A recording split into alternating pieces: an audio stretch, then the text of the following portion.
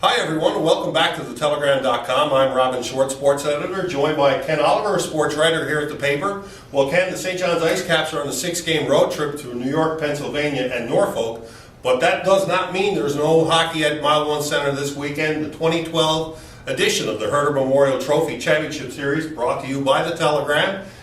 Games 1 and 2 open this weekend, Saturday and Sunday. No surprise, the Grand Falls Windsor Cataracts against the Clarenville Caribous. Those teams finished 1-2 in the Newfoundland Senior Hockey League standings. Ken, how do you see this year's Herder shaking down? Honestly, Robin, this year's Herder, I think a lot of people are saying it already, is that it's going to be one of the best ones in recent years. You've got the two top teams coming out of the league. Obviously, like Robin said, they finished 1 and 2, and I think people are in for some great senior hockey this weekend. Yeah, for sure. The Cataracts finished in first place in the new Newfoundland Senior Hockey League. Clarenville Caribous finished in second place. Those teams pretty much battled for first and second all season, and as we said, there are no surprises. Pretty much, Ken, very even lineups, strong goaltending, strong from the back out, high-scoring forwards up front, and a very strong defense. Let's start with the goaltenders. Jason Churchill, who's expected to get the start for the Caribous. Mark Yetman, likewise for the Cataracts. Jason Churchill, yeah. Jason obviously is you're coming off a great year in the Newfoundland Senior Hockey League. Of course, he was the MVP at last year's Amlin Cup. His numbers, while they haven't been as good against the Cataracts this season as, say, the backup Devin O'Brien, oddly enough. That said, though, the Caribous still plan on starting Churchill in Game 1 on Saturday night.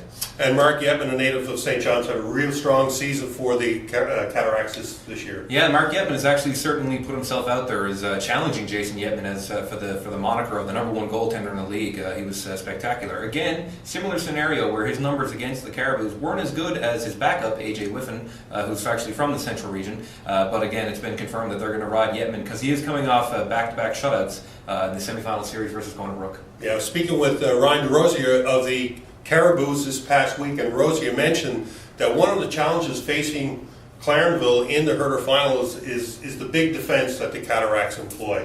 Nick Theriot, he mentioned him offhand, and of course another importing Grand Falls Windsor, Martin Lapointe. For sure, and those guys really are the stalwarts on their back line. They're great puck-moving defensemen. If you talked to Ivan Hapgood earlier this week, he did mention to me, he's like, trying to limit that ability for those guys, their ability, to make that first breakout pass is going to be crucial if they want to be able to shut down the Cataracts offense.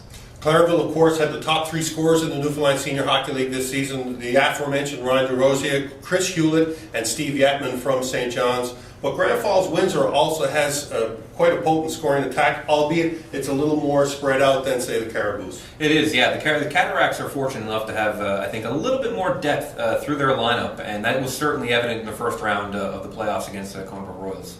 Grand Falls Windsor, defending Herder champs. This year's series will be played at Mile One Center, as we mentioned, games 1 and 2, Saturday and Sunday, and then the series reverts to Corner Brook's Pepsi Center, and if necessary, the series will then come back to St. John's.